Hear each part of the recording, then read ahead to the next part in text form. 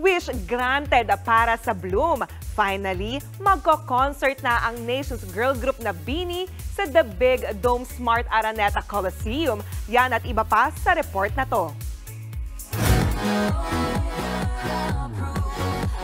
Matapos ang major success ng 3-night BINIverse concert, sa The Big Dome Smart Araneta Coliseum naman, magko-concert ang ating nation's girl group na BINI. Para yan sa kanilang grand BINIverse concert sa October 4. Inanunsyo nila ito sa third night ng kanilang concert kagabi. Matatanda ang maraming Blooms ang humiling na mag-concert ang grupo sa mas malaking venue.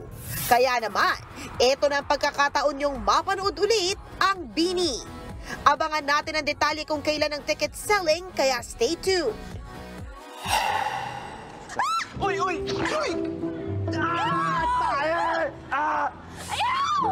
Mula sa Snow Rain sa hit serye na Can't Buy Me Love. Ngayon, officially maton na ang tawag sa tambalan ni Maris Racal at Anthony Jennings. Kaliwat kanan na nga ang kanilang endorsement at projects. Kaya panahon na raw para mag-explore outside their iconic Snow Rain role. Isa na riyan ang upcoming film nila na ide-direct ni Jason Paul Laksamana. Sabangan nyo, promise. As in, something pasaabong talaga. So, abangan niyo po yun. I can say na minahal kami ng mga taon bilang Snorin. I feel like mamahalin pa rin nila kami sa mga bagong characters namin kasi nakakatawa. Iba naman to eh. Opo. Alam mo eh, ibang tao, ibang character. So, excited na gawin. Abangan ang pelikula ng Mathon soon.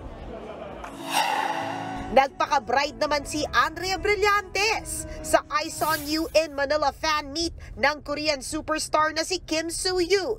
Sa bansa nito lamang Sabado, naka-full wedding gown ang aktres with matching wedding ring and flowers. Sa kanyang IG story, nag-flying kiss pa at kumaway si Soo-yoon kay Andrea. Sana all! Huling lumabas si Soo-yoon sa hit K-drama The Queen of Tears. Napapanood naman ngayon si Andrea sa High Street, weeknights, 9:30 p.m. dito sa TV5. Nagbabalita mula sa Frontline, MJ Marfori, News 5. Mga kapatid, Jania Lipon po, laging maging updated sa latest sa entertainment and lifestyle para maging una sa balitaan. Bisitahin at mag-subscribe na sa social media pages ng News 5.